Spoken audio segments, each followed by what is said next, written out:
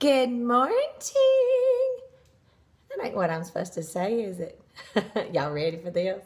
Are y'all ready for this? Dun, dun, dun. Hey, y'all.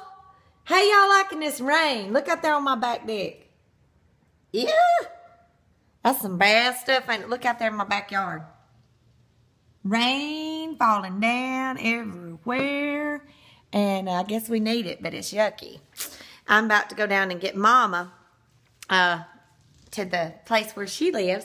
And we're going to do something. Maybe it'll stop raining so it won't get all messed up. We're going to go get her something for Mother's Day.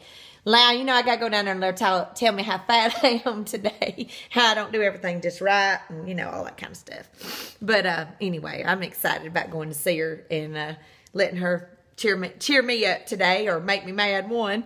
But anyway, it's Mother's Day weekend, and we were talking about mamas yesterday. So I got to thinking on the way, I thought, what am I going to do my video on when I get home? Because I kept getting messages going, are you putting those social cam videos on Facebook because you ain't going to do one? We want you to put one on. And I was like, if y'all want it, here it comes. I mean, they making fun of me right and left, y'all, for my videos. Folks everywhere posting little secret statuses about why does everybody put their, you know, life story on Facebook? Nobody cares. Y'all, listen. Don't do that. Just delete me. Because I know it when you're talking about me. Stop. I mean, really. And then people go in there and do videos and make fun of me. I'm like, seriously. It ain't nice to make fun of people. You don't have to be my friend. Delete me. Please. I got so many people wanting to be my friend, so I got room for you. For them. If you go on. And, you know, you on out of here. But anyway, let me tell you something. This funny thing I want to tell you about Mama. I have to tell you about me so you'll know where I got it. But I work for a dentist, and I don't like to see blood. And I know I'm a hygienist, and you know I assist Dr. Kendi sometimes, but I just don't like to see blood. I don't like guts and blood and gory.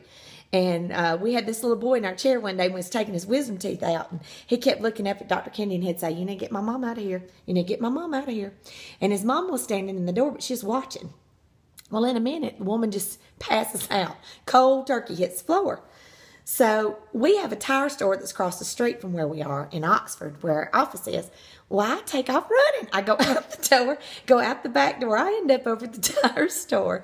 And the guy at the tire store said, why are you over here? I said, a lady just passed out cold turkey, hit the floor, hit her head, and just fell out. And he said, well, why are you over here? You can't help her over here.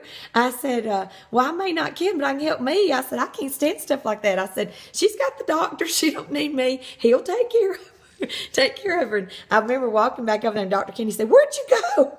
I said, I had to get out of there. I can't do stuff like that. I just can't. It drives me crazy.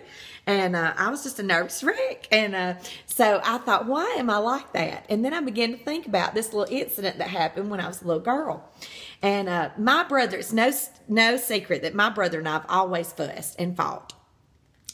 Mother and Daddy had two girls, and then it was a while before they had my brother. And then it was 5 years later before I came along. And I don't think anybody was expecting me, but my brother had his hopes up that I was going to be his little brother because he wanted a boy. And I came out a girl, and let me tell you something, that cramped his style, y'all. He has been mad at me ever since. So I was probably 8 years old, and he had a bunch of friends over at our house. There was one guy named Greg Sanders.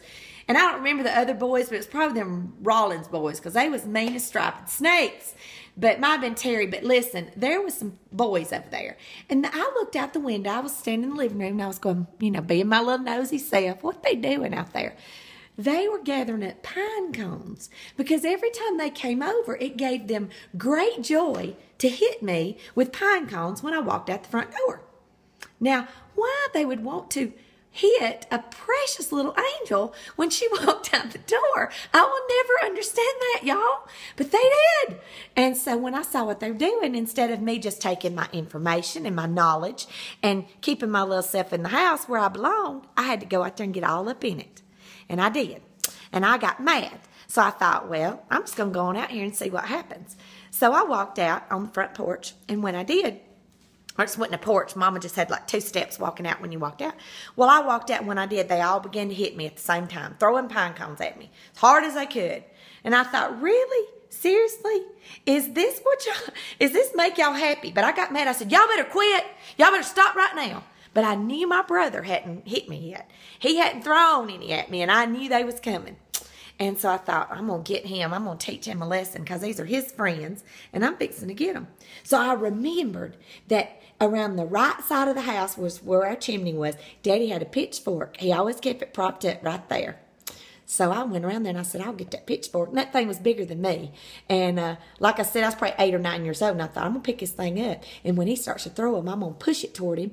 And I'm going to scare him and make him think I'm going to hit him. Or like I'm going to get him. So I picked up the pitchfork with everything I had. And I'm sitting here all bogged down trying to hold it. And I've got the prongs facing, and I'm looking, just like I got my gun. I got my pitchfork. And I'm just looking, waiting on the next person to try to get me. And so I hold it up, and right as I do, my brother comes out from around the corner, and he's going to be the one that's, he's showing off for all of his buddies. He's going to get me good. He's got a bucket full that he's going to blast me with. Just throw the whole bucket on me. And so right as he reaches back to let go of the bucket, I push the pitchfork out. And when I pushed it out, he threw his hand up. It scared him when he saw the pitchfork, and he threw his hand up. And when he threw his hand up, the pitchfork went in his hand. Well, it got serious at that moment. I had to go get Mama. Mama wasn't happy. But I get that running in emergency situations from Mama. And I'm like her a lot. And so anyway, that should scare me.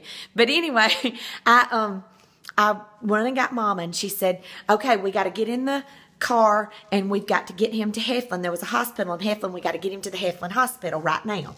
And I said, and it wasn't bleeding because the pitchfork was in his hand and it was holding the blood, and so it wasn't doing nothing. I said, Mama, don't you think we need to get the pitchfork out of his hand? She said, no, don't you touch that pitchfork. No, I can't stand that. You don't do it. We'll just go like we are. I said, you mean to tell me we're going to get in this station wagon and we're going to go to the hospital and we're going to ride down the road with a pitchfork hanging out of his hand? Mama said, that's what we're going to do. She said, you've already done enough. You just keep your mouth shut and you get him in that car and let's get to the hospital. And I was like, oh my goodness. And here I am going, oh, I'm so sorry. And I'm begging him, please don't hate me. Oh God, don't let him die. Oh, I'm so sorry. I am going crazy. And I get in the back seat and I'm trying to calm down. I'm trying not to, get a whipping over all of it. And I knew she wasn't going to stop and whip me right then, but I still wasn't sure we were going to get one when I got home. So we get in the car and I lean up and I said, I'm sorry. I hope you won't be mad at me. Please don't be mad at me. I just got tired of getting hit by pine cones and I didn't really mean for it to go in your hand. I'm so sorry. And he was like, get out of my face right now. Get out of my face. He was so mad. So we get to the hospital and I was thinking earlier, I thought, I wonder what those doctors thought. We're in a white station wagon. Sonny's in the front seat. I'm in the back seat. I'm having a meltdown. Come apart meltdown. I've even seen Priscilla have some of these meltdowns, so I don't think it ever ends. But I'm serious. I'm having a meltdown in the back seat. He's ready to kill me, but he's scared about his hands, so we don't get too mad. But the back window on the right side is down in the station wagon, and the pitchfork's hanging out. The Turners go to town. But anyway, I just got to thinking about that story and it just cracked me up. So it may crack you guys up too. But anyway, I thought that's where I got my desire to run in a situation. And that's what I do at the office. I'm like, there's somebody bleeding. And Dr. Kenny's like, you did go to hygiene school. Don't you think you need to come in here and help me? Help me.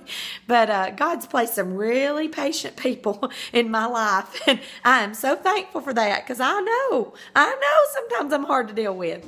But I think I get it from Mama. And I guess that's why I go and let her still abuse me because I know that I probably am so much like her. It ain't even funny. But it is Mother's Day weekend, and I hope all of y'all have a great weekend. I'm sure you have some stories you'd like to share, so y'all share them. I want to hear all about it.